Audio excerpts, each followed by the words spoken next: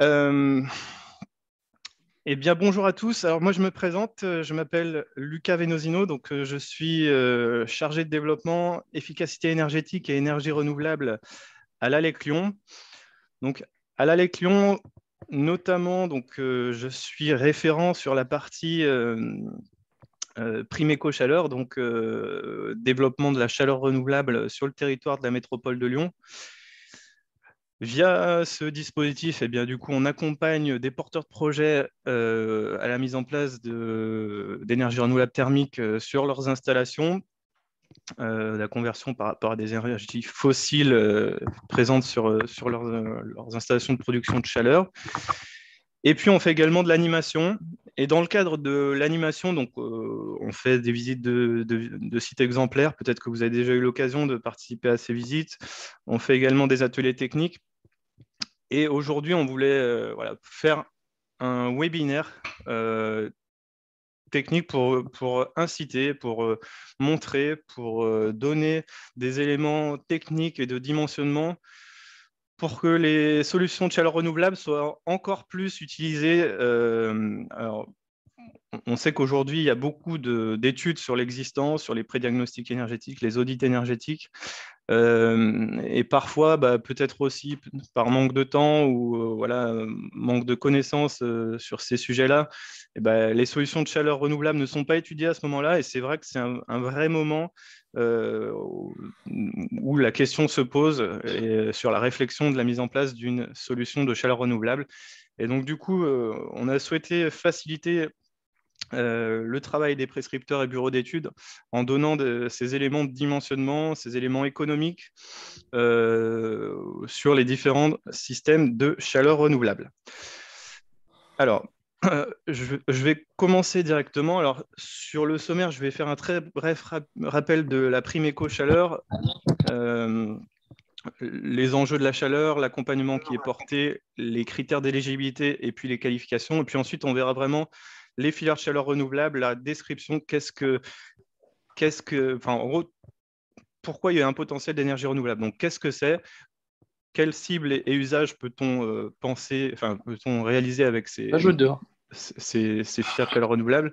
Est-ce que le potentiel est bien présent sur différents aspects, les usages, le site et le potentiel vraiment de la ressource? Et quelques arguments. Et puis, on verra aussi pour valider la pertinence technico-économique, bien sûr. Et ensuite, il y a l'étude d'opportunité qui sera réalisée. Eh bien, je vais vous donner quelques éléments qui vont vous aider à réaliser ces études d'opportunité. En tout cas, sans avoir trop à chercher comment le faire. Le but, c'est de faciliter la tâche des bureaux d'études dans l'application d'un calcul et d'une pertinence technico-économique d'un projet de chaleur renouvelable. Et puis, on finira par un temps de questions-réponses. Alors, très rapidement, sur la prime éco-chaleur, je vais aller très vite. Plusieurs d'entre vous ont déjà certainement entendu parler de cette prime éco-chaleur. Le constat, il est sur le territoire de la métropole que aujourd'hui, on est autour de 27 TWh de consommation d'énergie. Dans ces 27 TWh, il y a 40% qui sont liés à la chaleur renouvelable. Donc, c'est une grosse part. Après, le reste, c'est l'électricité spécifique, l'industrie et puis la mobilité. Et dans ces 40%, on a uniquement 13%. Donc, en gros, 13% de l'ensemble de cette chaleur renouvelable est assurée par de cette chaleur est assurée par de la chaleur renouvelable. Donc 13, en gros, c'est la petite partie grise, voilà, ici, qui est assurée par de la chaleur renouvelable sur la partie grise plus rouge. Donc, on voit qu'il y a un potentiel de développement assez important. Et du coup, la métropole de Lyon a mis en place dans son schéma directeur des énergies, déjà, et le plan climat air, énergie, territoire, des objectifs, notamment d'atteindre 17% d'énergie renouvelable sur son territoire, donc dans la part des consommations sur les consommations totales du territoire, aussi bien sur la partie électrique que thermique. Et sur la partie thermique, notamment, ça va être le développement des réseaux de chaleur, la méthanisation des bouts d'épuration. Et il y a une partie sur le développement de la chaleur renouvelable via des installations de chaleur renouvelable collective Ouais, c'est les 2% finalement. Aujourd'hui, on est à peu près à 8-9% d'énergie renouvelable sur l'ensemble des parts de consommation sur le territoire de la métropole. Donc, il y a à agir, ça c'est clair. Les porteurs de projets, bien évidemment, ils se posent des questions et souvent l'audit, la pré-diagnostic, le diagnostic sont des solutions vraiment, sont des moments où ces réflexions se posent. La chaleur renouvelable va coûter trop cher. Le système de production actuel est vieillissant, cher ou polluant. Alors souvent, le fait qu'il soit vieillissant, c'est aussi des fois une démarche d'entrée vers ces études de rénovation. Et puis, est-ce que les installations de chaleur renouvelable sont adaptées sur mon site? Eh bien, c'est via la prime éco-chaleur va être un des dispositifs qui va vous permettre de le montrer. Elle peut le permettre de montrer par nous, mais aussi par vous, les prescripteurs, notamment dans vos études, que vous soyez qualifié dans la filière, donc là, voilà, ou même si vous êtes uniquement, par exemple, auditeur bâtiment tertiaire, industriel ou logement collectif, eh bien, ça peut être intéressant d'intégrer dans ces parties voilà, ce calcul de la chaleur renouvelable. Donc, il faut savoir que sur le territoire de la métropole, donc, il y a un contrat de chaleur renouvelable qui a été signé entre l'ADEME et la métropole, ce qui fait que toutes les aides au forfait sont gérées par la métropole de Lyon. C'est-à-dire que l'ADEME ne prendra en compte sur le territoire de la métropole uniquement les seuils supérieurs, on va voir ensuite, qui sont des aides en analyse économique, mais toutes les aides au forfait voilà, sont gérées par le Grand Lyon, sans seuil minimum de consommation de surface de capteurs. Voilà. On peut aider dès les premiers mégawattheures. Ça donne deux choses. Un accompagnement technique de l'ALEC, un accompagnement administratif institutionnel de la métropole, bien sûr, et puis des aides financières aux études et à l'investissement. On va le voir ensuite de comment elles fonctionnent. Et puis, ça s'adresse à l'ensemble des acteurs du territoire, privés comme publics, excepté les maisons individuelles au titre de leur maison, enfin, les particuliers pardon, au titre d'une maison individuelle, et les services de l'État. Bien sûr, parce que derrière, c'est des aides de l'ADEME, donc ils ne vont pas se faire des financements directs.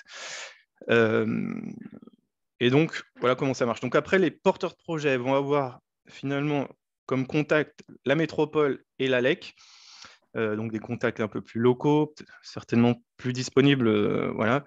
Et la convention de financement sera faite entre la métropole de Lyon et le porteur de projet. Donc les projets éligibles, ils sont récapitulés ici. Donc on est sur de la chaleur, bien sûr. Chaleur renouvelable, des installations chaufferie bois, donc plaquettes, granulés, inférieur à 12 000 MWh. Vous voyez les maximums. Sur les installations solaires thermiques, on est sur les installations d'eau chaude sanitaire et de process aussi, hein, qui peuvent entrer là-dedans, et donc inférieur à 500 mètres carrés. Donc ça peut couvrir aussi de grosses surfaces, de gros besoins. Ensuite, on a la géothermie de surface, pompe à chaleur sur nappe ou sur champ de sonde. Donc là, on peut aider des installations qui font faire du chauffage de l'ECS jusqu'à 1000 MWh en entrée pompe à chaleur. Et puis également, on pourra financer du géocooling via ces dispositifs. Le réseau de chaleur est également... le réseau de chaleur est aidé, mais là, je parle bien des nouveaux réseaux de chaleur liés à une production qui serait mise en place. On n'est pas sur les réseaux de chaleur de la métropole, qui, eux, sont gérés en direct par l'ADEME. Ce sont des gros réseaux qui ont toujours été suivis par l'ADEME. Mais par exemple, si au niveau d'une copropriété, au niveau d'une usine, ou même sur un réseau technique d'une collectivité, eh bien, il y a une production qui est mise en place, qui mutualise la chaleur à un seul endroit, et ensuite que ce réseau est envoyé dans les différents bâtiments, ben, on pourra avoir une aide sur la production, donc via l'aide à la production. Par exemple, si c'est une chaufferie bois, ce sera sur de la chaufferie bois. Et ensuite, il y aura un complément sur le réseau de chaleur. Donc, pour donner un ordre de grandeur, on voit qu'on peut aller sur des grosses puissances, enfin besoins, parce qu'on voit par exemple un tertiaire de 6 000 m², 700 MWh. Nous, on va jusqu'à 12 000 MWh possiblement à aider. Donc, voilà. Donc, n'hésitez pas à le prendre en compte dans les études aussi, ces aides. c'est souvent aussi ce qui montre que ça devient intéressant, même si avec l'évolution du prix du gaz aujourd'hui, ça le devient de plus en plus, on va dire, même avec un peu moins d'aide, mais voilà. Et puis sur l'accompagnement technique gratuit qu'on peut faire, bah, nous on intervient sur de la réflexion. Donc on peut faire nous aussi de la note d'opportunité sur des projets, mais c'est souvent, voilà, on essaie de détecter des projets, de motiver, susciter l'envie. Et ensuite, on leur montre si c'est intéressant, enfin, on leur montre que c'est intéressant d'aller sur ces solutions-là via une étude qui est faite sur 20 ans et qui intègre les dépenses de fonctionnement, énergie, maintenance, charges de financement. Ensuite, on peut les aider, on les oriente si c'est intéressant sur de l'étude de faisabilité. Donc, on a des listes de prestataires qualifiés qui sont qualifiés dans la filière. Donc, d'ailleurs, si vous souhaitez vous qualifier, je vous montrerai après, il y a quelques sessions de formation dans les différentes filières de chaleur renouvelable qui sont identifiées. Donc, on donnera un avis sur la production à la fin de la réalisation de l'étude de faisabilité pour qu'elle respecte bien la méthodologie du cahier des charges de l'ADEME qui doit être respectée. Et puis, à la fin, sur réalisation de l'étude de faisabilité, ben, on fait l'instruction finale et il y a le versement de l'étude de faisabilité, de l'aide de l'étude de faisabilité. Ensuite, il y a une consultation d'une équipe de maîtrise d'œuvre. Là aussi, on peut donner des compétences liées à la chaleur renouvelable. Pourquoi pas un appui à la consultation, donc avec un appui sur la réalisation des pièces écrites. Et puis ensuite, il y a un dossier d'aide qui est déposé de demande aux travaux, souvent en phase APD et après, puisqu'on a des éléments définitifs qui commencent à être bien définis. Et puis, on va ensuite avoir l'aide au choix des entreprises. Donc là encore, pareil, il peut y avoir des listings de prestataires d'entreprises qualifiées dans les filières de chaleur renouvelable. À la fin des travaux, il y a une instruction pour vérifier que le matériel qu'on avait instruit initialement à la dépose soit bien celui qui va être réellement mis en place. Et puis un versement d'une première partie de l'aide, 80% de l'aide est versée à la fin des travaux. Et après une année pleine de fonctionnement, on a le solde qui est versé. Donc sur prorata, voilà, si la production est un peu inférieure à ce qui avait été initialement envisagé, puisque du coup l'aide aux travaux est calculée, c'est des euros du mégawattheure, donc c'est directement lié à la production de chaleur renouvelable. Donc l'aide à la décision, c'est un pourcentage d'aide. On doit respecter les cahiers des charges et une qualification du bureau d'études. Vous voyez qu'il y a différentes études qui sont finançables, les études de faisabilité, les tests de réponse thermique, les forages d'essai et de reconnaissance, des études d'AMO, et vous voyez les pourcentages d'aide qui vont de 50 minimum à 70% pour des petites entreprises et le secteur public, parapublic. Ensuite, sur les aides forfaitaires sur les travaux, bon, vous voyez ici, je donnerai des exemples ensuite, vous aurez ce PowerPoint qui vous sera transmis, donc vous verrez l'ensemble de ces données. À savoir que cette année, l'aide a été augmentée sur la partie bois énergie. Donc voilà, un peu plus d'aide donnée sur cette partie-là. Et vous voyez aussi les aides forfaitaires sur le réseau en fonction du diamètre nominal du réseau. Donc des différents tronçons qui sont présents sur ce réseau. Et puis, pour terminer, alors ça, je ne vais peut-être pas le détailler, mais à chaque fois, on a des critères techniques pour chacune des filières de chaleur renouvelable, des critères sur la qualification des professionnels, de l'instrumentation qui doit être mise en place, puisque du coup, l'aide dépend d'une production et on doit vérifier cette production après une année pleine de fonctionnement.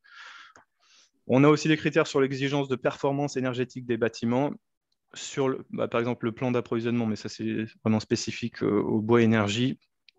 Et puis, j'ai indiqué ici les qualifications. Donc, pour les études, vous avez la première partie, le RGE étude, qui vous donne un peu les qualifications qui seront nécessaires sur une étude de faisabilité bois.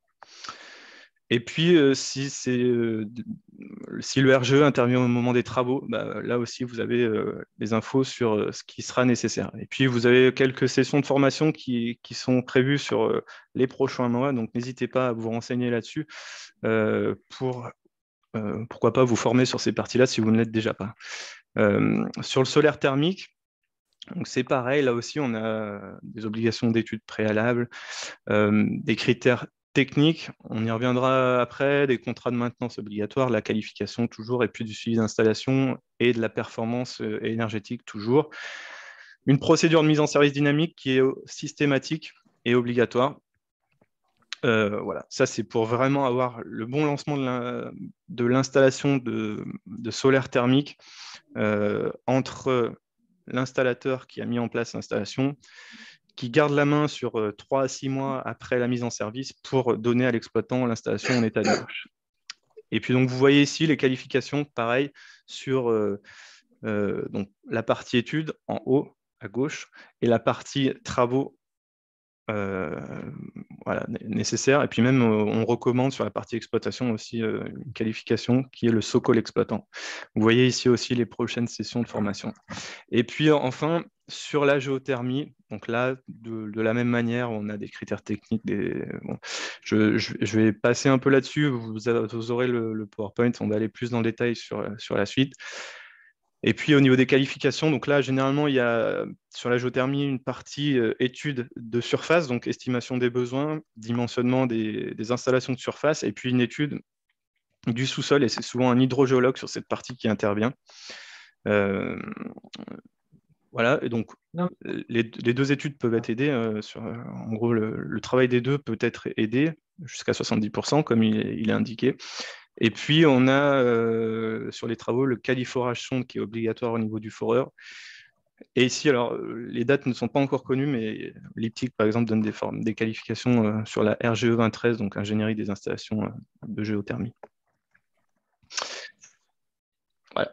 Alors, si on passe maintenant sur la chaleur renouvelable, quoi, pourquoi et quel potentiel? Alors déjà, de quoi on parle? Alors, la première que je vais vous détailler, c'est la géothermie. Ici, on parle bien d'une exploitation de la géothermie basse température, donc c'est-à-dire qui va très, très basse énergie, qui va jusqu'à 30 degrés environ en termes de température et sur des profondeurs jusqu'à 200 mètres. 200 mètres parce qu'après, en fait, on va avoir des contraintes réglementaires supérieures au niveau voilà, réglementaire. Donc, on se limite sur ces aspects-là à 200 mètres. Donc, au contraire de la géothermie profonde qui va sur des niveaux de température supérieurs et du coup également des captages qui vont à des profondeurs supérieures. Donc, ici, la composition, en fait, à chaque fois, la géothermie, alors, on voit il y a deux systèmes qui existent principalement, c'est le captage sur nappe et le captage sur sonde verticale. Donc, à chaque fois, on a un échangeur souterrain, une pompe à chaleur, un système de distribution, ensuite qui va amener l'énergie dans les pièces. Et alors, du coup, la pompe à chaleur, elle prélève au moyen de capteurs enterrés la chaleur du sous-sol, elle en augmente la température et elle restitue un niveau de chaleur plus élevé. Voilà, c'est comme ça que ça fonctionne. Sur le captage sur nappe, la chaleur elle est prélevée dans l'eau de nappe. Ce sont des systèmes en cycle ouvert, donc on n'a pas de prélèvement de l'eau. L'eau qui est prélevée est rejetée dans la même nappe. C'est une obligation. Donc elle est prélevée dans un puits de production et réinjectée dans un puits d'injection. Et on a des doublets de forage, comme on peut le voir à gauche. Sur le captage sur sonde, on a de la chaleur qui est prélevée ici dans le sol via des doubles U alors vous avez une photo en haut à droite là, de ce que ça représente en réalité. Donc après, ces doubles U sont raccordés à tout un réseau qui alimentera le champ de captage. Et donc ici, on est sur un système en cycle fermé. Ce sont les WU qui agissent comme des échangeurs de chaleur. Et on a le même système. Après, on va passer par une pompe à chaleur qui va rehausser le niveau de température et on va l'envoyer ensuite dans les réseaux. Donc voilà. Ensuite, finalement, la géothermie, quand est-ce qu'on va l'étudier? Alors, la géothermie, elle est particulièrement intéressante quand on a des niveaux de température, des besoins en chaleur relativement, on va dire, basse température. Après, ça peut fonctionner en plus haute température, mais on aura un rendement un peu moins important. Elle va avoir vraiment du sens aussi dans les systèmes de chaleur renouvelable quand on va avoir à faire du chaud et du froid. Parce que du coup, en un seul système, on va pouvoir faire du chaud et du froid. Voilà. Donc ça, j'imagine que vous le saviez, mais je voulais refaire un peu le besoin. Donc les questions à se poser, c'est voilà, est-ce qu'il y a des besoins alternativement ou simultanément de chaud et de froid? Sinon, ça peut fonctionner aussi que pour du chaud, hein, bien sûr. Après, est-ce que la ressource géothermique de surface est disponible sur le site? On va le voir juste après comment avoir des premiers éléments et puis quelles sont les contraintes réglementaires sur le site. Effectivement, là aussi, sur les déclarations de forage, il y a quelques éléments à regarder. Donc, c'est une ressource disponible localement qui est stable et sans fluctuation par rapport à une pompe à chaleur qu'on peut avoir de type RO, par exemple, donc qui vient chercher dans l'air, où là, on va faire fluctuer. Donc, ici, on est sur des systèmes qui sont relativement discrets, et donc on a un coût compétitif en plus du fait de la performance du rendement de ces équipements. Donc voilà, on a vraiment un rendement énergétique élevé, et puis on a une filière qui est aidée. Et par exemple, quand on a un doute sur la ressource, bien sûr, on va pouvoir faire un test de réponse thermique sur de la partie géothermie sur sonde ou un forage de reconnaissance pour de la géothermie sur nappe. Et ces tests sont aidés de 50 à 70% en fonction de la typologie du maître d'ouvrage. Et donc, du coup, on va pouvoir garantir la présence de la ressource en intégrant ces éléments-là qui sont bien subventionnés. Et après, on pourra réutiliser ces forages plus tard. Donc le potentiel, vous pourrez le vérifier via ces cartes. Donc, alors c'est des cartes qui vont donner, qui sensibilisent sur la présence de la ressource. Bien sûr, il y aura d'autres contraintes qui seront à regarder, mais certainement plus tard. Là, on est sur de l'opportunité. On est là pour regarder, par exemple, la chimie de l'eau sera regardée, le champ, est-ce qu'on est dans un champ captant, est-ce qu'au niveau de l'environnement, on est dans une zone Natura 2000, enfin des choses comme ça. Ça pourrait être des éléments qui seront regardés aussi par l'hydrogéologue, mais dans un premier temps sur l'opportunité. Donc, après, ces cartes, elles sont classées sur des potentiels cartographiés. Et le potentiel favorable est déterminé par trois choses. Il y a la profondeur d'accès à la ressource. De 5 à 15 mètres, par exemple, c'est l'idéal. Donc, on va avoir ces aspects-là. Il y a une pondération aussi avec la productivité de l'aquifère. Donc, est-ce qu'on peut prendre un débit suffisant pour assurer le besoin dans mon bâtiment? Donc, ça, c'est regarder. Et puis, il y a également l'eau, la température qui peut être puisée, notamment sur la partie eau souterraine, quand on est sur de la nappe. Entre 10 et 15 degrés, par exemple, c'est très bien pour le fonctionnement en mode géothermie. Donc ces trois éléments, ils sont pondérés, puis ils ont été cartographiés sur une carte. Alors, vous voyez qu'il y a des éléments des fois du potentiel non connu. Après, c'est dans des éléments où on est plus, par exemple, à droite, vous avez enfin, au centre, vous avez le potentiel sur la nappe, et à gauche, vous avez le potentiel sur champ de sonde. Donc sur champ de sonde, on voit on a une possibilité quasiment sur tout le territoire de la métropole. Donc après, bon, il faut du foncier, ça c'est certain. Et sur la nappe, on voit qu'il y a des zones qui sont bien connues et bien favorables, notamment dans l'Est lyonnais, à proximité aussi des fleuves, bien sûr. Et à droite, simplement, l'ADEME avait fait un recensement des installations de géothermie sur nappe, enfin de géothermie en général, pardon, qui existent sur le territoire de la métropole. Et donc voilà ce que ça représente, représenté sur une carte. Et la majeure partie, donc sur 500 ouvrages environ, il y en a la grosse majeure partie qui aide la géothermie sur nappe. Après, bon, on voit que voilà, ça se fait bien, ça fonctionne bien sur le territoire. Après, voilà, il y a parfois des des éléments sur le froid qui peuvent être regardés, puisqu'effectivement, on peut avoir des risques de réchauffement de la nappe si on a trop d'usage de froid. Mais aujourd'hui, la métropole regarde ça et fait des scénarios prospectifs justement pour ensuite pouvoir un peu réglementer ces différents aspects à terme. Alors, sur les points de vigilance, eh bien, du coup, on a voilà, la température d'usage de la chaleur, plus les émetteurs vont travailler à basse température, mieux on sera performant. Sur les contraintes réglementaires, on a des zones qui... Alors, il y a eu une réglementation qui a été mise en place pour faciliter les forages et la déclaration de ces forages dans des zones que l'on appelle de géothermie de minime importance, pardon. Donc avec des risques sur le sous-sol plus ou moins grands, et ces zones sont définies.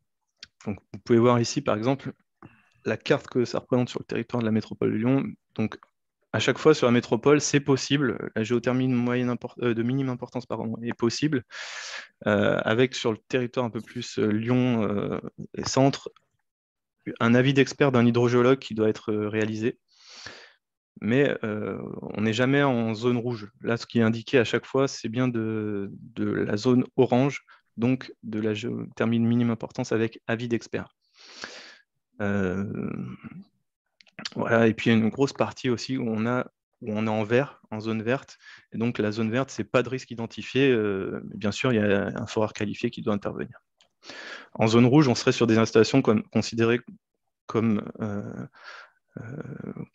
plus complexes et qui demanderaient des autorisations auprès de l'ADREAL. Donc on voit qu'on n'est pas soumis à ça directement. Voilà, donc éviter le surdimensionnement des équipements parce que l'installation va coûter du coup plus cher en termes d'installation de surface et souterraine. Et puis, donc on verra juste par là après. Je vous ai indiqué ici les ressources clés et puis la boîte à outils pour les prescripteurs. C'est un document qui a été réalisé par l'ADEME, qui est très bien fait, qui récapitule un peu les données précédentes. Et puis on va le voir sur les données techniques et de dimensionnement aussi. Il y a des éléments plus complets ensuite que vous pourrez avoir dans cette boîte à outils. Donc sur la biomasse, je vais peut-être aller un peu plus vite, c'est peut-être un peu plus connu, mais en tout cas, on a à chaque fois un silo qui est le stockage, qui est maçonné, textile ou de type container, qui peut être enterré, semi-enterré, de niveau par rapport à la chaudière. Un système de convoyage, donc on vient amener le combustible qui est stocké dans le silo jusqu'au foyer de la chaudière. Donc avec des décileurs qu'on peut avoir rotatifs, dans des silos carrés, par exemple, et sur des puissances généralement jusqu'à 700 kW. Après, on peut avoir aussi des échelles racleuses pour des plus grosses puissances. Donc ensuite, on a la chaudière voilà, qui va fonctionner. Alors, les chaudières, elles sont adaptées plus ou moins à certains types de combustibles, entre le bois granulé, le bois plaquette forestière.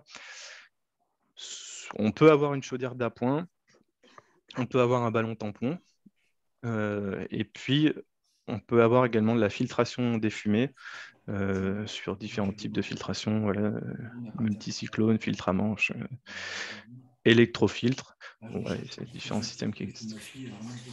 Alors, après, finalement, la biomasse, quand l'étudier, la biomasse, elle aime vraiment la chaleur, mais tout type de niveau de température de chaleur. Finalement, elle peut faire autant de la vapeur comme de l'eau chaude.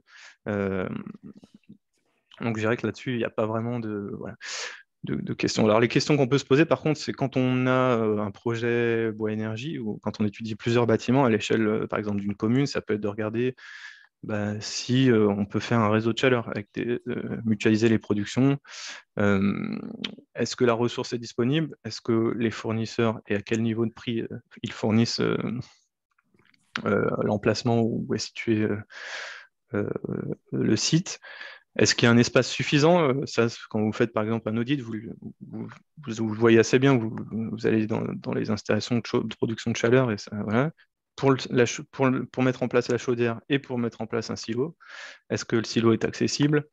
Et donc finalement, après les arguments, on est sur une ressource locale, encore une fois, une technologie qui est maîtrisée, un tissu d'acteurs qui est voilà, locaux qui se développe. Voilà. La ressource, le potentiel, bien sûr, il est là. En tout cas, de manière en Auvergne-Rhône-Alpes, on a beaucoup de potentiel parce que du coup, on a 36% de la région qui est recouverte de forêt. Aujourd'hui, on prélève uniquement la moitié de l'accroissement naturel de la forêt. Donc, la forêt continue de croître. Voilà. Et donc, après, plus il y aura de demande, plus la structuration sera encore plus importante et suivra la demande. Donc, sur le potentiel, sur la partie bois énergie, on est bien, voilà, on est bien présent là-dessus. Et puis, sur les points de vigilance, ici, de la biomasse, bah, on va avoir, voilà, qu'on est quand même plutôt adapté sur des profils avec des... Enfin, ça va être plus intéressant sur des profils où on a des consommations relativement constantes, on va dire. L'intermittence, c'est un peu moins... Enfin, ça va être un peu moins adapté. Alors, après, on va pouvoir mettre des systèmes comme des ballons d'hydroaccumulation pour avoir quand même une solution hein, avec du bois énergie. Donc, après, ben, on pourra choisir le système et les combustibles en fonction de la place qu'on a sur le site. Donc, par exemple, la masse volumique enfin, pour une même quantité de chaleur, on va avoir une place moins importante en granulé. Donc peut-être que sur des installations où on a des contraintes sur le silo, bah, voilà, on irait sur ces installations-là. Puis après, de toute façon, dès qu'on va être sur des gros volumes, on passera sur de la chaudière plaquette, ça c'est certain. Voilà, après, avec des systèmes de convoyage plus ou moins adaptés du coup au volume derrière et à la puissance des équipements. Bien sûr, voilà, vérifier qu'on puisse bien mettre en place ce silo, qui est bien la place pour la chaudière, et que l'approvisionnement peut bien être fait par un camion. Donc là aussi, vous avez des ressources clés, notamment FIBOIS, Rhône, qui est la Fédération de l'interprofession, le CIBE, qui sont des ressources vraiment très importantes. Alors, ensuite, la dernière des installations de chaleur renouvelable que je voulais vous présenter, bah, c'est le solaire thermique. Alors, voilà, je pense que pareil, vous connaissez. Là, je vous ai présenté la solution la plus, on va dire, peut-être commune de solaire thermique. Donc, on a une production via des capteurs solaires. On vient charger des ballons, donc un stockage solaire. Donc là, en fait, les deux ballons, ça correspondrait finalement comme s'ils étaient l'un au-dessus de l'autre, hein, mais donc c'est pour ça que ce montage est fait comme ça. On vient charger d'abord le premier ballon, ensuite le deuxième, et ensuite, dès qu'il y a du tirage, eh bien, on vient décharger le ballon, et du coup, il y a de l'eau froide qui rentre, et on vient recharger. Voilà, il y a une stratification qui se fait dans le ballon. Donc, voilà, c'est des choses qui sont assez simples, la technologie de capteur solaire thermique, le solaire thermique en général. Vous voyez que ça va être adapté en fonction de la température que l'on veut ensuite. Bon, généralement, là, ce qu'on retrouve le plus, c'est clair que pour des usages comme de l'eau chaude sanitaire, du process lavage, ça va être du capteur plan standard. Après, dès qu'on va vouloir des températures encore plus importantes, on pourrait passer sur des capteurs sous vide. Allô? Oui. Oui. Et puis, simplement également... Oui. Ouais, non, je suis désolé, je suis de retour de congé depuis hier après-midi, donc je suis désolé, j'ai été sous l'eau, ouais, j'ai été sous l'eau, Est-ce que vous je pourriez suis toujours sous l'eau couper... là. Mais voilà. Est-ce que vous pourriez couper votre micro? Merci. Euh, alors, je prendrai peut-être la question. Je vois qu'il y a une question. Je prendrai la question peut-être à la fin. Alors, on N'hésitez a pas reçu à la la noter. commode, on l'a reçue dans le courant du mois d'avril, sur fin avril. Donc c'est dans Et le les tuyaux, on a micro, bien reçu la normalement, commande. Ouais. Donc voilà. Ouais, Non, j'arrive non, ouais, plus à... ça c'est bien chez nous. Après, chez nous, ça va être notamment Jade celui de Pochette, Jérémy en fait, André. l'interlocutrice Ouais. dédiée qui va faire, Ah voilà. c'est notre ingénieur thermicienne hein, sur la partie audit. Est-ce que c'est bon? Ça m'a l'air bon.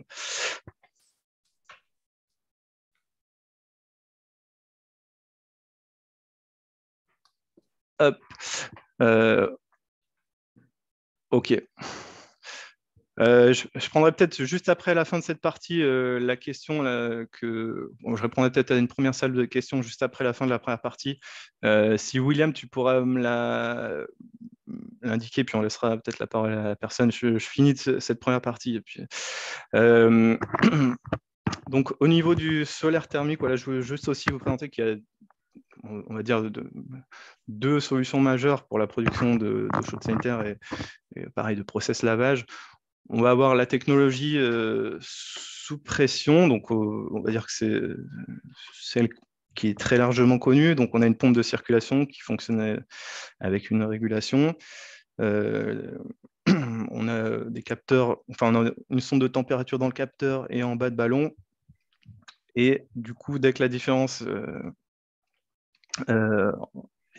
une différence importante entre la température de capteur et la température de bas de ballon, on a mise en marche de la pompe. Et la pompe s'arrête lorsque l'énergie solaire captée n'est plus suffisante ou n'est plus nécessaire. Donc, sur ces solutions-là, donc on est sous pression, donc on a de l'eau qui circule. Donc, on a un vase d'expansion, on a des purgeurs et on a une pompe de circulation. Alors, il y a le système autovidangeable qui a été mis, qui se développe de plus en plus, qui est vraiment, je pense, à privilégier aujourd'hui. Donc là, on est sur un système primaire qui est étanche à l'atmosphère et qui est fermé. Il est rempli d'un liquide caloporteur complété par de l'air. Donc, au repos, le fluide caloporteur, il est dans la partie inférieure.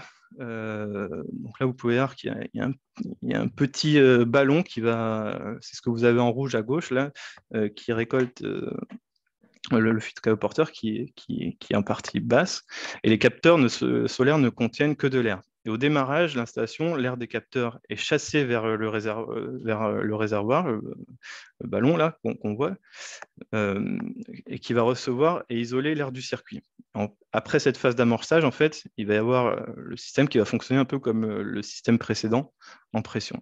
Et lorsqu'il n'y a plus d'énergie solaire, la pompe primaire s'arrête et le liquide, il n'est plus maintenu en circulation et donc, du coup, il retombe par gravité et le système se vidange. Donc, on n'a plus de liquide dans la partie capteur. Donc, avec l'avantage de ne pas avoir de problème de température trop élevée dans les capteurs. On peut également supprimer des accessoires sensibles comme le vase d'expansion, le purgeur, les clapets anti-retour. Du coup, on pourrait utiliser ces systèmes-là dans des installations où on aurait plus de risques de surchauffe, notamment dans les gymnases, par exemple, puisque du coup, on a plus ces risques de surchauffe-là. Et puis, on peut réduire aussi le volume de stockage finalement si on a des contraintes, par exemple, dans le local. On pourrait réduire un peu le volume de stockage solaire par rapport au mètre carré de capteur. On verra ensuite tout de suite les règles de dimensionnement. Donc là, on va vraiment être adapté sur des usages de chaleur, donc basse température, mais aussi ECS. Basse température, oui, ça peut être des centres aquatiques, mais beaucoup aussi d'eau chaude sanitaire, mais aussi du process lavage, finalement, où on va vraiment être intéressant. Après, ce qu'il va falloir regarder, s'il y a des surfaces disponibles en toiture. Donc après, est-ce qu'elles sont bien ensoleillées? Effectivement. Est-ce qu'il y a des besoins de chaleur toute l'année? Voilà, ce sera quand même préférable pour un bon dimensionnement. Et donc après, à chaque fois, bon, ici, vous voyez les arguments clés, on est vraiment sur une filière qui est mature. On est par exemple sur des technologies relativement low-tech, une ressource qui est gratuite, le soleil, et une performance relativement élevée. Donc le potentiel, ici, juste pour vous indiquer sur le territoire de la métropole de Lyon, alors à gauche, je vous ai mis un peu l'ensoleillement sur le territoire. Donc sur le territoire de la métropole, on voit qu'il y a des zones vis-à-vis de l'urbanisme qui vont être protégées. on a des zones, alors, en vert par exemple, sites remarquables, on a des sites classés ou inscrits. Alors, sites remarquables, pardon, c'est en bleu, les zones classées ou inscrites en vert, et puis des monuments historiques et de protection, donc avec les points et le périmètre de 500 mètres autour. Donc là, il faudra, c'est clair que dans les secteurs centraux, l'installation de panneaux sera proscrite. Après, si on n'a pas de co-visibilité avec des monuments historiques et qu'on est hors site inscrit, au cas par cas, il pourrait y avoir un intérêt d'aller sur ces solutions-là. Et du coup, on essaiera d'aller sur des opérations qui valent le coup. Et après, on voit qu'il y a beaucoup aussi de zones où il y a des hôtels, où il y a des bailleurs sociaux, où il y a des logements collectifs, où il pourrait être intéressant de développer ces installations avec des contraintes d'urbanisme relativement correctes.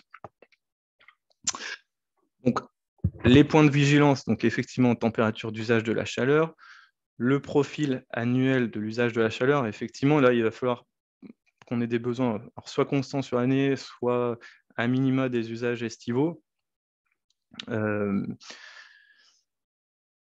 Ne pas faire de surdimensionnement, parce que du coup, on va avoir effectivement des risques de baisse de performance. Et puis, voilà, le foncier et les contraintes réglementaires, on l'a vu ensuite. Donc là aussi, les ressources clés, Sokol, vraiment une très grosse ressource, Enerplan et l'INES également, qui vont avoir... donc Sokol, vraiment, pour le dimensionnement, vous avez plein de ressources disponibles qui sont très intéressantes.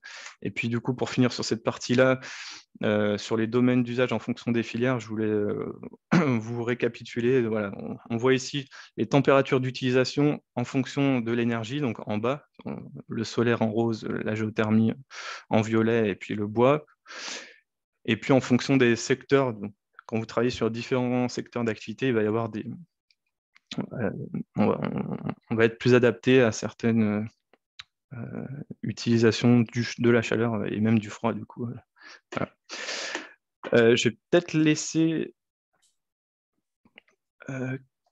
quelques questions.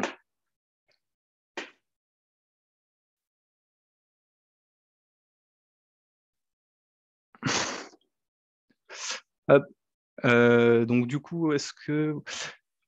Alors, sur les documents de critères de financement, bien sûr, il y a les... je vous donnerai en lien, suite à la présentation d'aujourd'hui, l'ensemble des critères. Vous verrez les critères d'éligibilité, les critères, les modalités financières, les taux d'aide et les forfaits de 2022. Elles sont présentes sur le site de l'ALEC, sur la page Prime Éco-Chaleur également. Et puis après, donc effectivement,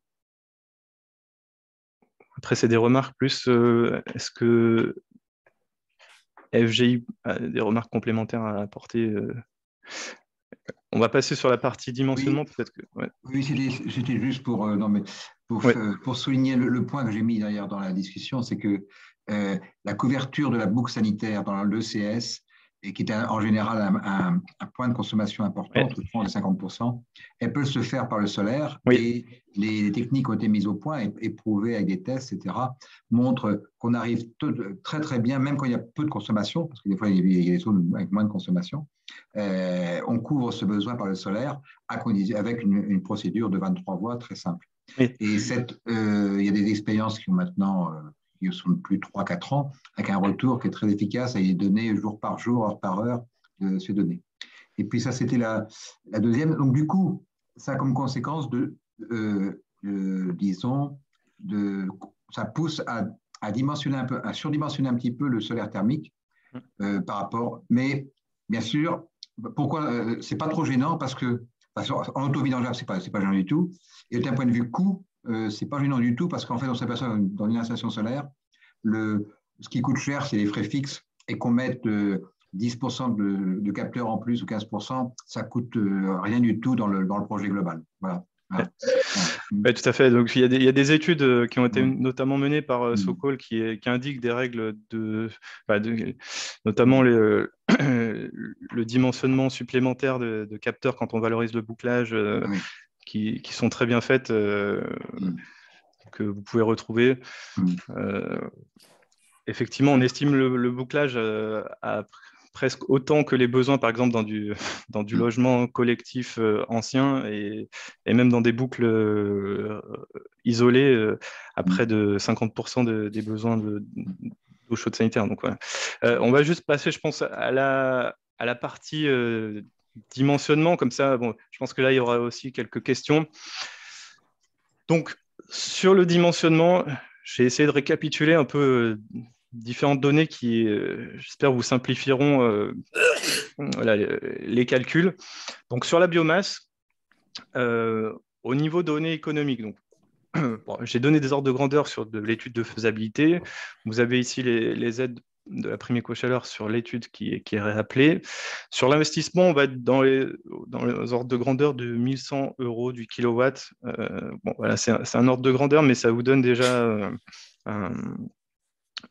un montant d'investissement qui est utilisable en étude d'opportunité.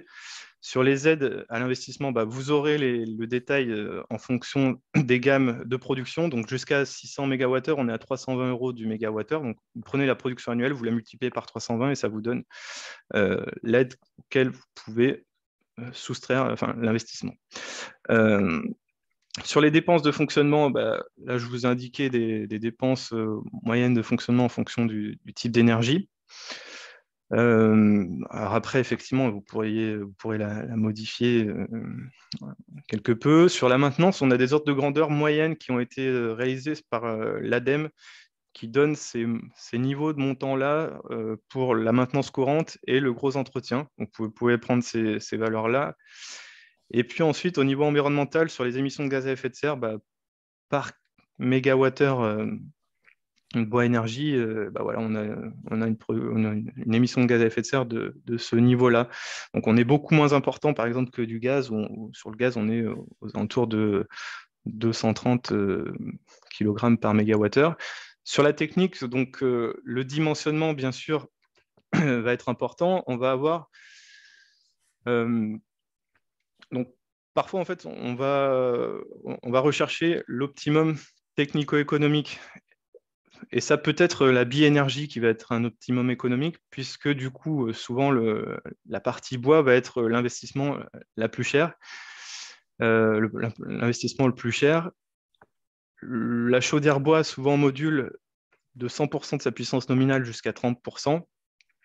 Et on s'aperçoit en fait qu'en dimensionnant autour de 50-60% de la puissance totale nécessaire dans le bâtiment, avec la monotonne de chauffe ici, on assure près de 80% des besoins de chaleur du bâtiment.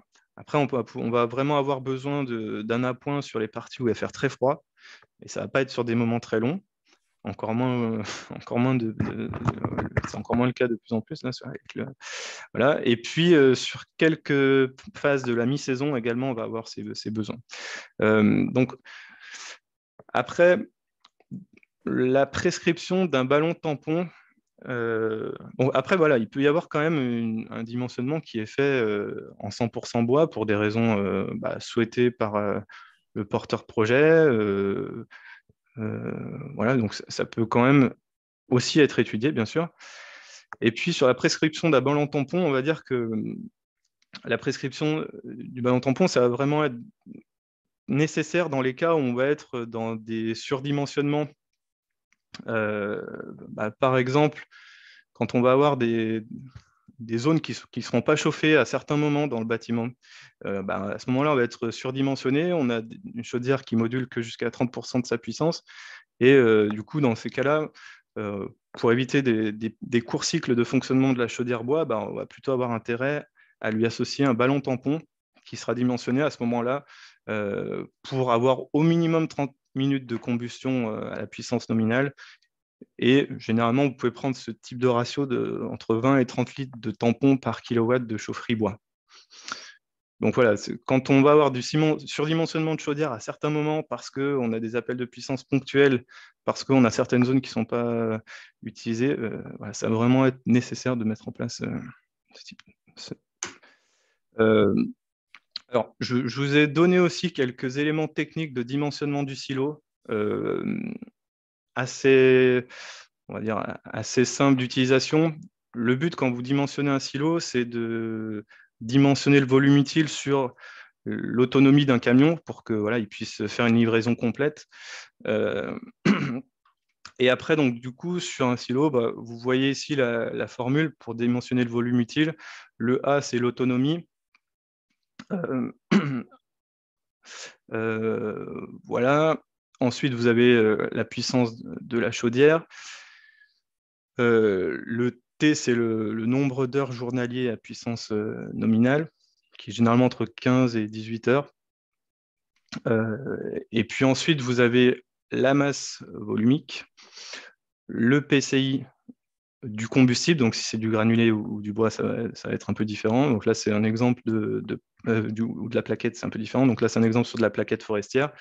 Et puis le rendement de la production, donc là qui était pris à 85%, et ce qui vous donne le volume utile. Et après, pour calculer le volume de votre silo, vraiment, bah, on va rajouter à ce volume utile un volume mort. Donc par exemple, là sur un décileur rotatif, le volume mort, ce serait le volume dans les angles et sous la vis, enfin et sous le décileur, donc qui est pris à 30% sur ce type de convoyage. Et puis un volume réserve généralement de 25% du volume utile. Donc, ce qui fait que voilà, généralement, on est autour de 40% de plus que le volume en eau est 40% de plus que le volume utile. Et donc, l'autonomie, généralement, c'est l'autonomie à grand froid. En fait, c'est le nombre de jours où on veut être autonome sous des conditions de grand froid. Et donc, ça peut varier. Mais généralement, prendre une dizaine de jours, 10-15 jours, c'est ce qu'on retrouve. Et je vous conseille d'aller sur si vous avez des questions un peu plus sur le dimensionnement, d'aller sur le guide PACT qui a été fait par les recommandations RAGE, qui est très bien fait sur ces éléments-là.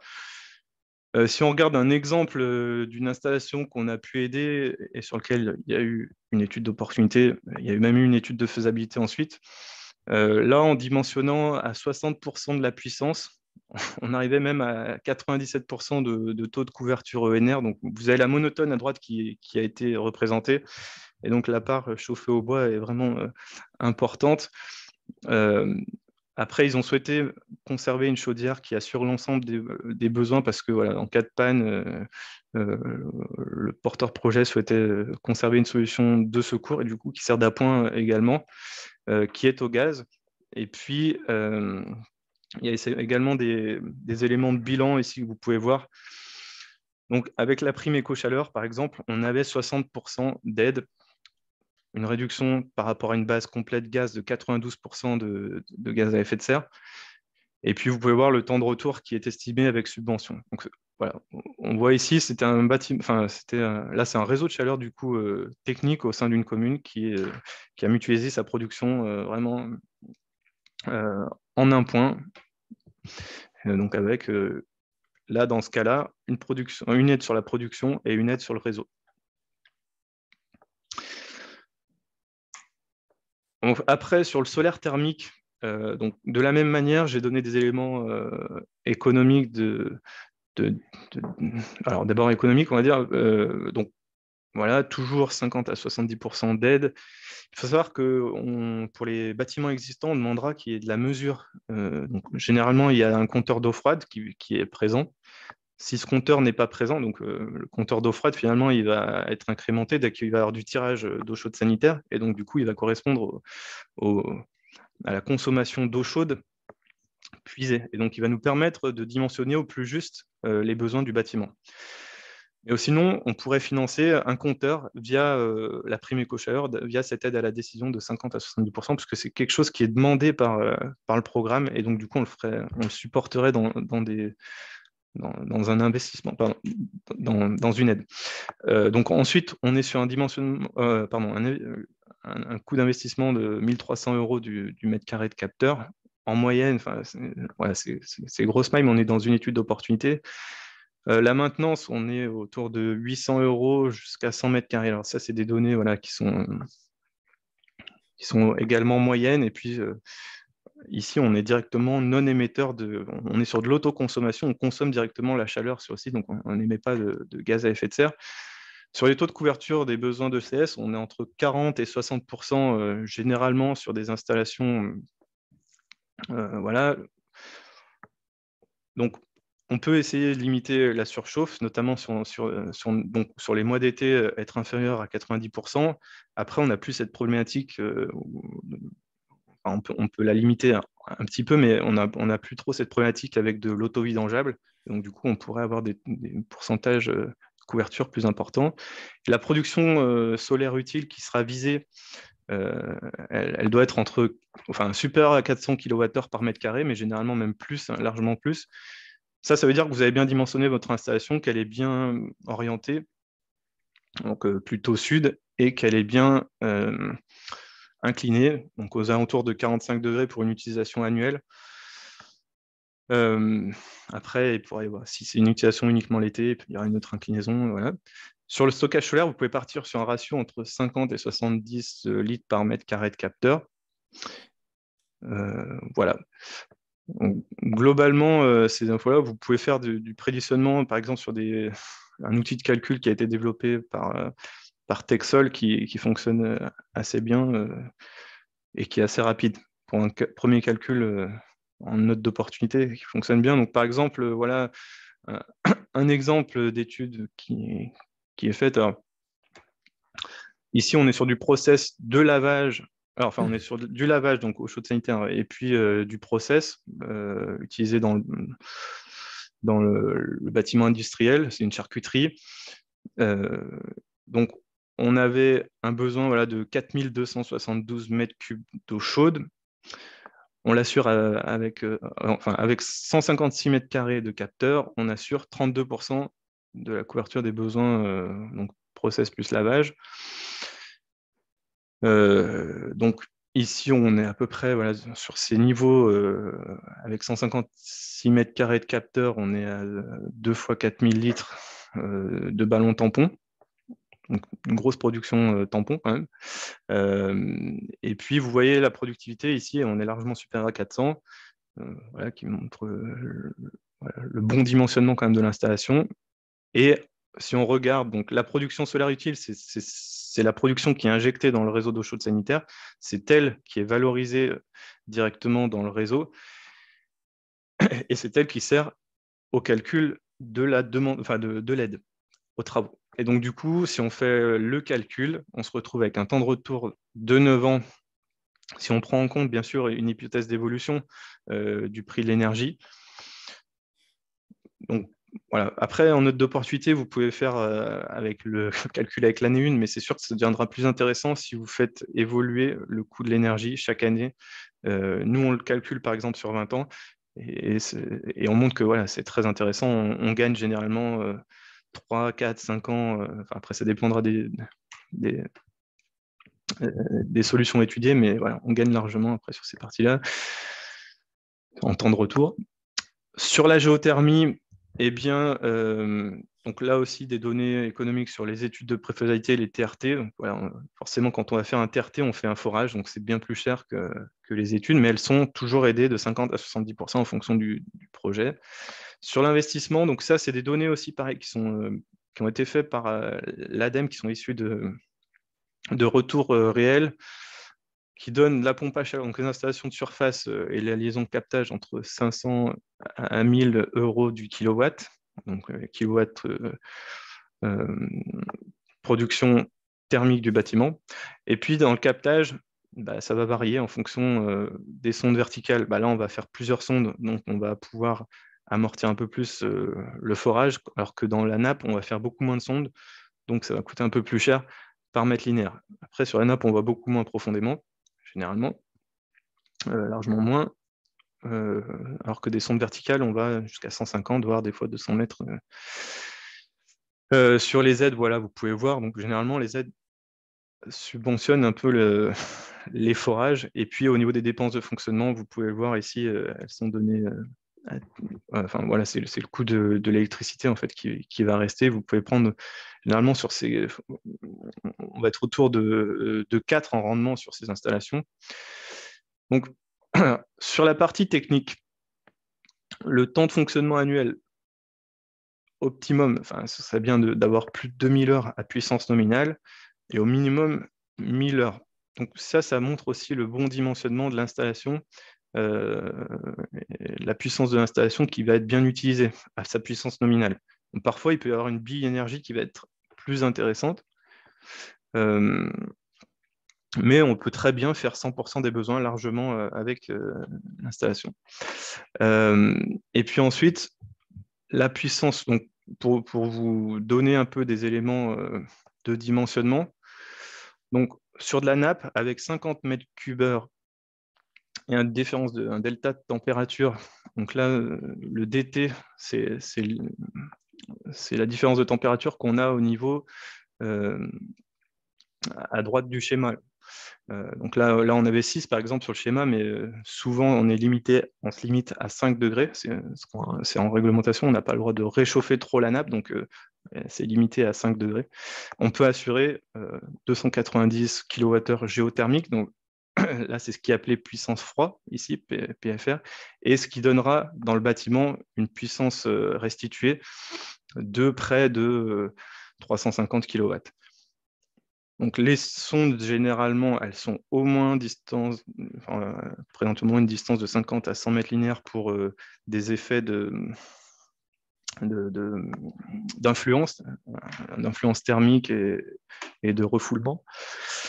Et puis ensuite, au niveau des sondes, eh bien, on est sur un dimensionnement autour de... alors ça dépend vraiment du type de sol, notamment, mais on est sur 50 watts environ par mètre linéaire de forage. Et donc, ça veut dire que 100 mètres de sonde, on est environ à 5 kW géothermique, donc puisé dans la ressource, ce qui fait 7 kW restitués. Et là, généralement, on fait une distance entre les sondes de 10 mètres linéaires. Donc, ça peut après vous donner un peu l'ordre de grandeur de la place qu'il vous faudra sur l'installation. Voilà. En fait, après, avec ces formules, finalement, vous pouvez calculer en fait, le débit qui vous est nécessaire aussi.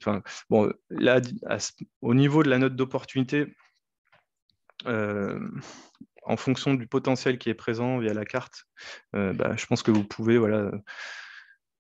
dimensionner si le potentiel est fort quasiment à 100% des besoins. Voilà. Donc là, par exemple, nous, on a subventionné une installation de géothermie sur nappe, sur une salle de spectacle. Alors, je vais peut-être aller vite parce que si on va avoir quelques questions, je suis désolé. Donc là, il y avait 2 forages de production, un forage de rejet. On avait un débit de pointe de 20 mètres cubes heure. Donc 20 mètres cubes heure, ça veut dire au total 140 kW. Et là, donc c'est ce qu'on observe, 140 kW chaud. Et on assure 100% des besoins de chauffage et de froid ici. L'entrée pompe à chaleur, on avait 81 MWh fournis. Donc, avec l'aide prime éco-chaleur, voilà, ça faisait environ 15% d'aide. Donc là, on est sur une installation où on est à 17 ans de temps de retour par rapport à une installation qui serait composée d'une chaudière gaz plus d'un appoint PAC RO qui fait la partie froid. Pardon. Donc, on a un seul système qui produit chaud et froid, alors que dans l'autre système, on aurait la chaudière plus un autre système qui ferait du froid. Donc, à chaque fois, la méthodologie, c'est de partir des besoins, les besoins en kilowattheure, les consos et la puissance totale. Ensuite, on détermine la puissance, le nombre de capteurs, par exemple, la surface de capteurs, le nombre de sondes, le volume en fonction du système étudié. Et puis ensuite, il y a une étude économique et environnementale qui est faite. Voilà. Donc, on regarde les coûts de fonctionnement P1, P2, P3 sur l'année 1, et puis après, ce qui est bien, c'est de les faire évoluer sur 20 ans, et on compare par rapport à la solution actuelle rénovée. Voilà. Bon, juste pour info, moi je vous ai mis, mais vous pourrez le voir on va peut-être directement aller aux questions.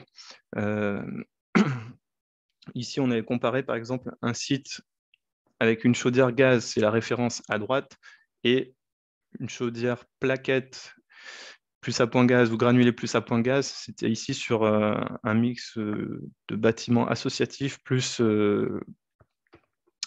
bâtiments scolaires. Donc là, par exemple, vous pouvez voir les besoins. Ici, on a récapitulé les besoins. Donc, nous, c'est comme ça qu'on fait notre étude d'opportunité. Ensuite, on dimensionne l'installation avec du coup les consommations, le taux de couverture ENR Donc là, on est à 50% bois, 50% gaz.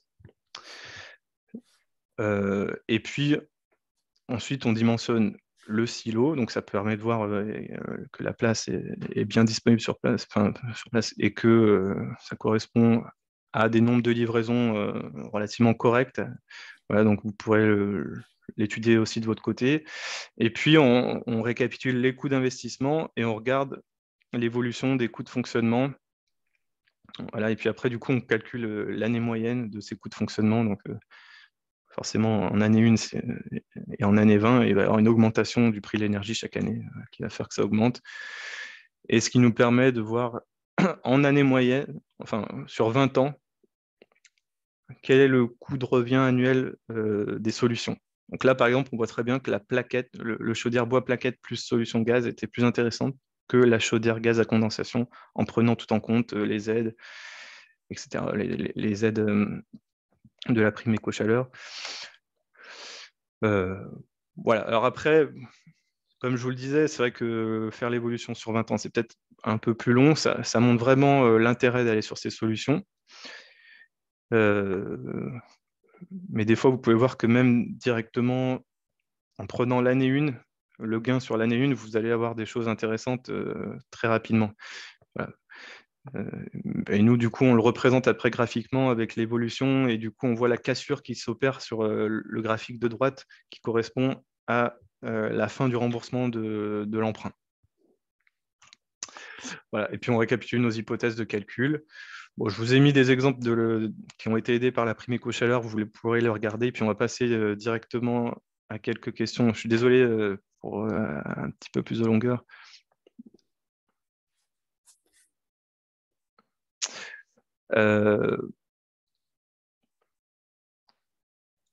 Donc, alors, je ne sais pas, peut-être que... Est-ce qu'on a d'autres questions? Je vois que Nicolas... Donc, effectivement, le dimensionnement est plutôt à faire sur Solo 2018. On peut prendre en compte le bouclage, notamment à travers ce calcul-là. Donc, il est disponible dans les éléments de calcul développés sur le site de Texol, qui est très bien, du coup, pour faire ces éléments de dimensionnement. Et ça va très vite. Donc, oui, il a mis une petite précision sur les sondes verticales, effectivement. Il faut savoir aussi que Nicolas Picou travaille sur l'ensemble du... Là, on a invité un peu des bureaux d'études sur l'ensemble du territoire de la métropole et également Auvergne-Rhône-Alpes. Nicolas est aussi animateur géothermie sur le territoire de l'Auvergne-Rhône-Alpes en général. Alors, sur quelle hypothèse vous basez-vous pour l'indexation des prix des différentes énergies pour le calcul de temps de retour? Tac. Alors, je crois que j'avais mis... Donc, là, on est même, je dirais, alors, je les ai mis ici sur ce graphique. On est même très... alors là, on a tendance à les augmenter, du coup, ces prix.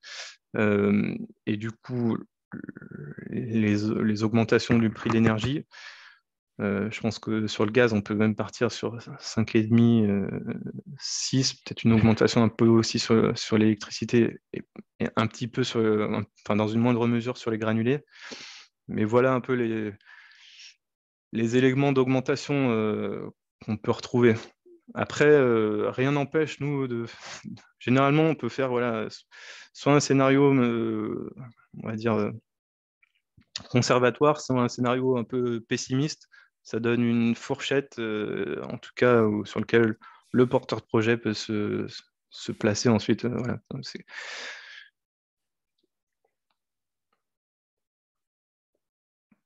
Donc, effectivement, je le montrerai peut-être un peu si...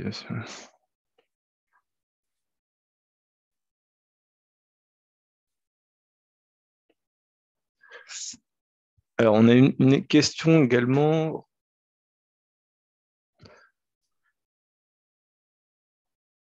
Et d'ailleurs, le coût de l'énergie, soit on le prend issu de référentiels, de bases de données de prix, soit on le prend sur le coût de l'énergie actuel, si y a une solution gaz, par exemple, en place. Et après, l'inflation, enfin, l'actualisation qu'on prend en compte, effectivement, là, nous, on avait pris en compte ce qui est donné dans les audits énergétiques ADEME, qui, je pense, effectivement, est conservatoire. Enfin, c'était en plus avant, voilà, c'est les tensions et puis différentes crises. Mais du coup, si vous avez une réponse à faire à monsieur enfin, je sais pas, à FGI.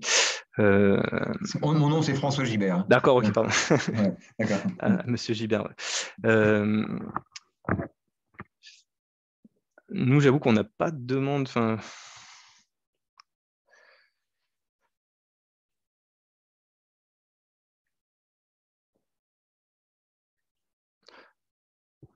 Pourtant, il est clair que, notamment sur la partie ECS, moi, je pense qu'on a tout intérêt à l'étudier. Hein.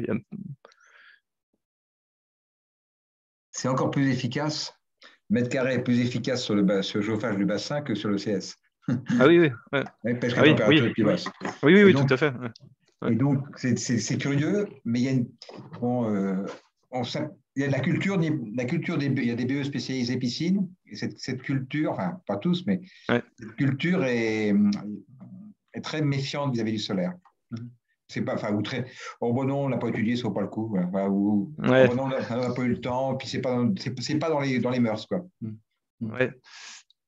Ouais, c'est vrai que enfin, c'est un peu aussi dans cette volonté de montrer voilà, des éléments chiffrage assez simples et disponibles directement qu'on a fait aussi ce webinaire.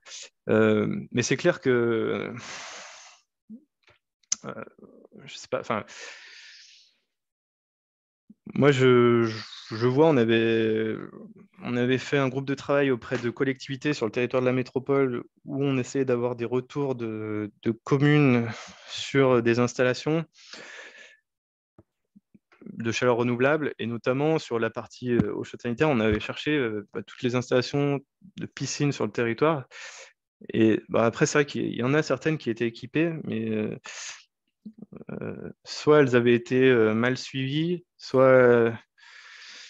et je ne sais pas pourquoi c'est pas plus étudié, parce que c'est clair que ça marche. Alors, ça me fait l'occasion de parler de l'audit réhabilitation qui est possible aussi sur ces installations. Peut-être que certains des bureaux d'études ne connaissent pas ce dispositif, mais qui permet de réhabiliter des installations solaires en peine, qui est encore en place cette année sur le territoire de la métropole de Lyon, enfin même sur Auvergne-Rhône-Alpes, via l'ADEME. C'est un dispositif de l'ADEME donc qui part sur une première partie d'audit, généralement par un bureau d'études qualifié dans la filière, et puis ensuite la réhabilitation par un installateur exploitant de l'installation. Donc, nous, à chaque fois, on essaye de sécuriser ces aspects-là de dimensionnement, de schéma. Donc, par exemple, les ratios SOCOL sont obligatoires, les schémas SOCOL sont obligatoires. Il y en a un, par exemple, d'ailleurs, sur le bouclage, je vous en parlais tout à l'heure, voilà, où on oblige ces installations-là parce que on sait que c'est des schémas qui fonctionnent très bien et sur lesquels il n'y aura pas de...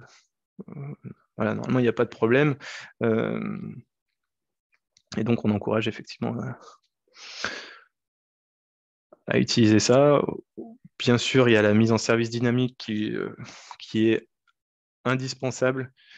Elle est systématique et obligatoire dans le cadre de la prime éco-chaleur, mais c'est clair qu'elle est indispensable.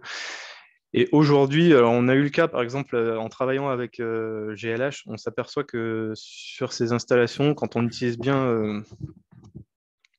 en fait, toutes leurs installations subventionnées qui ont été suivies par l'ADEME et du coup avec des contraintes sur le suivi, sur le dispositif voilà,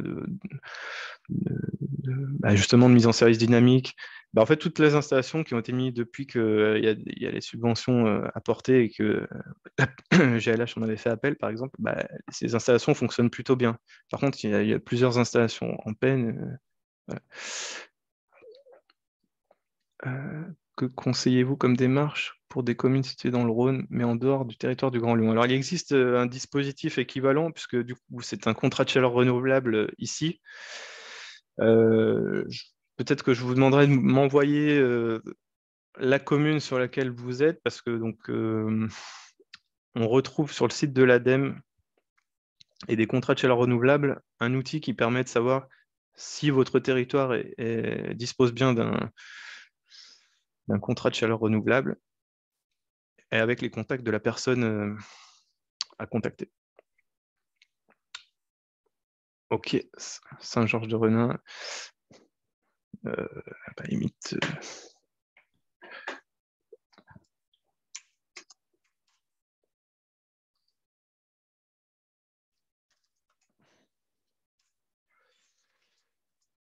Hop. Donc là, par exemple, je vous inviterai peut-être à regarder sur ce site. Vous devez voir mon écran, j'imagine. Je vous le mets dans le lien. Mince. Donc là, vous avez... Est-ce que vous voyez bien mon écran? Oui. Hop. Donc vous voyez ici, dans la partie... Ah mince, pardon.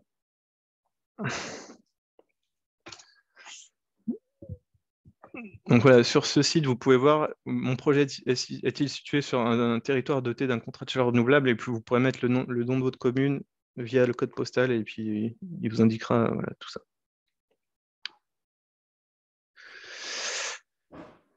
Voilà, donc l'ensemble des informations qui ont été données sur ce webinaire vous seront envoyées dans les prochains jours, avec notamment des indications sur les modalités financières, sur les critères d'éligibilité.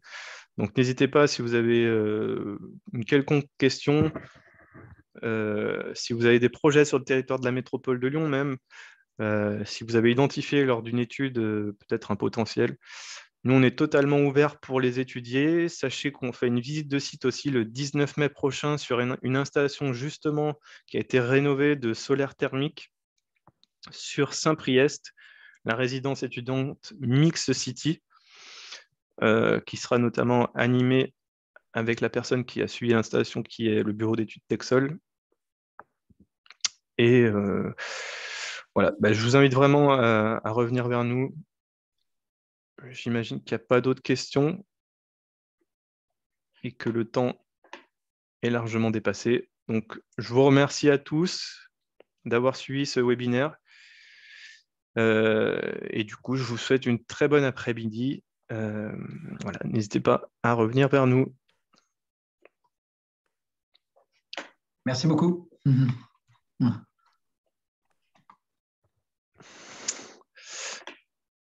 Oui. Merci.